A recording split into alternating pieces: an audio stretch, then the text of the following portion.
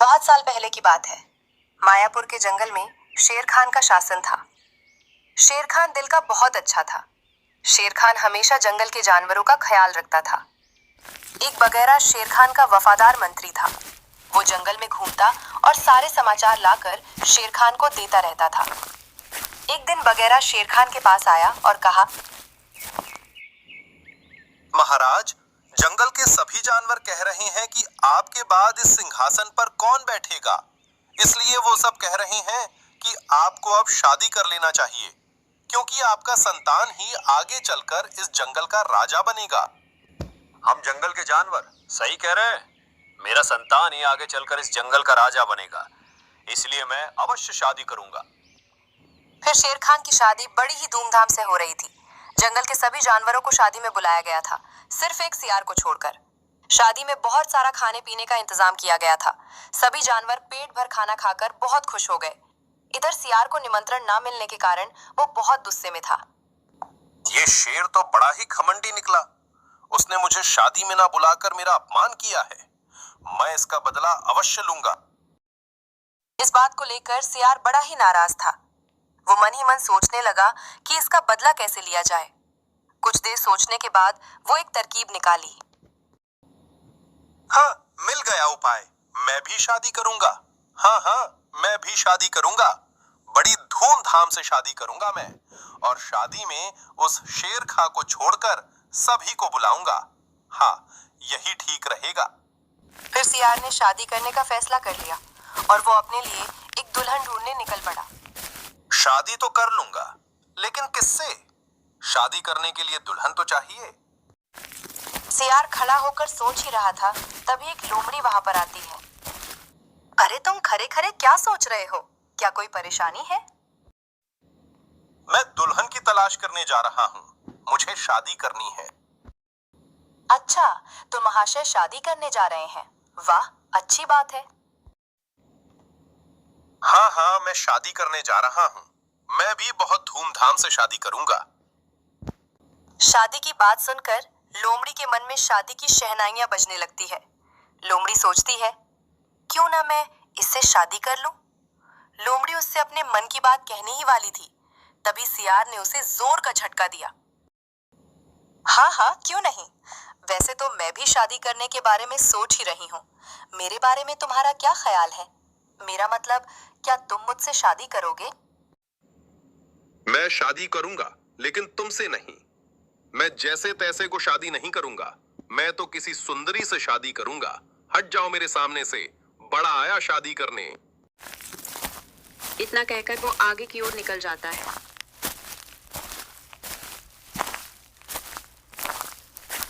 थोड़ा आगे जाने पर सियार को थोड़ी दूर पर बाघ और उसकी बेटी दिखाई देता है। उन्हें देखकर सियार सोचता है, अगर मैं इनकी बेटी से शादी कर लूं, तो मेरी समस्या ही दूर हो जाएगी। इनकी बेटी सुंदर भी है और ताकतवर भी। मुझे अभी उनके पास जाना होगा। ये सोचकर सियार उनके सामने जाता है। बाघ राजा की जय हो। आप जैसा दानी इस जंगल में दूसरा और कोई नहीं है। वो तो ठीक है, लेकिन तुम्हें मुझसे क्या चाहिए ये तो बताओ। मैं शादी का प्रस्ताव लेकर आया हूँ। आप मुझ पर दया कीजिए। ये तो बहुत अच्छा बात है, लेकिन किसकी शादी ये तो बताओ। असल में मैं आपकी बेटी से शादी करना चाहता हूँ। मुझे उससे प्यार हो गया है। हाँ, लेकिन तुम मेरी बेटी से क्यों शादी करना चाहते हो? फिर सियार ने बाघ को सारी कहानी बताई। सब सुनकर बाघ ने कहा, अच्छा, तो ये बात है। फिर तो तुम्हारा प्रस्ताव बहुत अच्छा है, और इस जंगल में मेरी बेटी के लिए तुमसे अच्छा दूल्हा तो ढूंढने से भी नहीं मिलेगा। बाघ के मुंह से अपनी प्रशंसा सुनकर सियार का छाती फूल गया। वो मन ही मन शादी का सपना देखने लगा और उसके मन में शहनाइयां बजने लगीं। अरे सियार, तुम किस ख्याल में डूब गए? अभी तुम्हारा शादी नहीं हुआ है।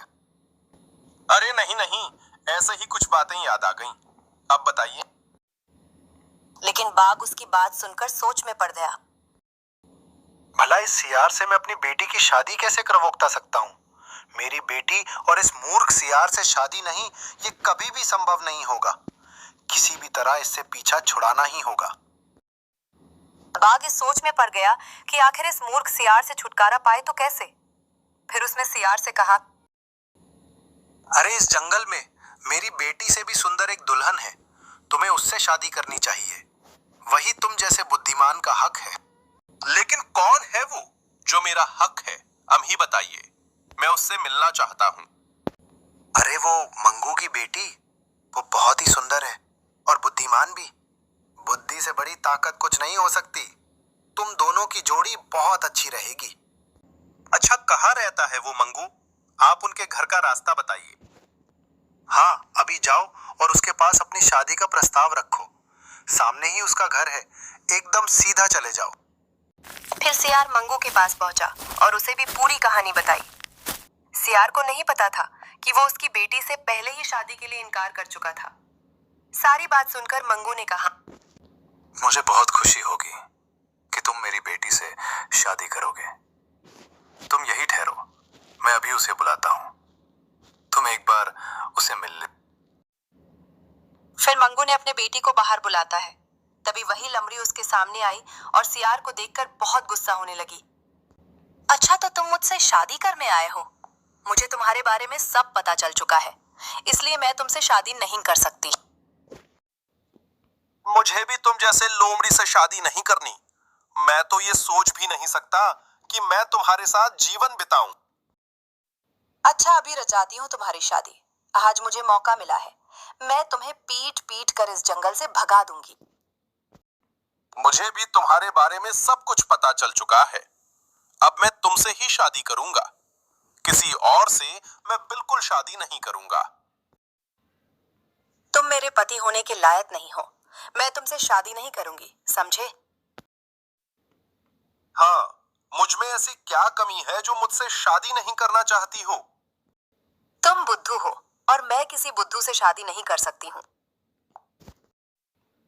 तुमने मुझसे बुद्धू कही, लेकिन मैंने ऐसा क्या किया है जो तुम मुझे बुद्धू कह रही हो? क्या किया है बताओ? राजा ने तुमसे शादी में नहीं बुलाया, तो ऐसा क्यों सोच लिया कि उसने तुम्हारा अपमान किया है? बताओ, ऐसा क्यों सोचा तुमने? तभी शेर खान वहां से गुजर रहा था और दोनों की बात सुनकर रुक जाता है। अरे ये तो कोई मेरे बारे में बात कर रहा है। जरा छुप के सुनता हूं कि कौन मेरे खिलाफ साजिश रच रहा है। शेर खान ने जानबूझकर मुझे शादी में नहीं बुलाया, इसलिए मुझे गुस्सा आ गया। अरे वो राजा है, भूल हो गई होगी। लेकिन तुम्हें इतनी गुस्सा करने की क्या जरूरत है? तो शांति से भी बात कर सकते हो। लेकिन ऐसा कैसे हो सकता है? जंगल में सभी को बुलाया, बस मुझे ही भूल गया। गलती सबसे हो सकती है। राजा है वो, उनका बहुत काम है। इस तरह दोनों के बीच इस बात को लेकर झगड़ा हो जाती है। अब तो मैं तुमसे कभी शादी नहीं करूंगी। तुम यहाँ से चले जाओ। अरे अरे अरे, क्या कर रहे हो तुम दोनों? अब तो रुको। अरे दोनों मेरे कारण आपस में झगड़ रहे हैं। मुझे उनके बीच जाकर उन्हें रोकना चाहिए। वैसे भी गलती मेरी ही है। शेर खान सियार और लोमड़ी के बीच पहुंच जाता है। शेर खान को देखकर दोनों चौंक जाते हैं।